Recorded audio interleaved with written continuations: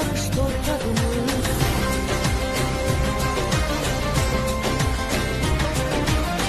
Her birinin öz yeri var, benim elim dolmadı ya. Güzelliğine o bir bahar, geleceğe ışık saçar. Kurban olum Azerbaycan, bu müqəddəs torpağına.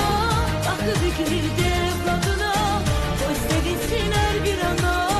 Kurban olum Azerbaycan, bu müqəddəs torpağına.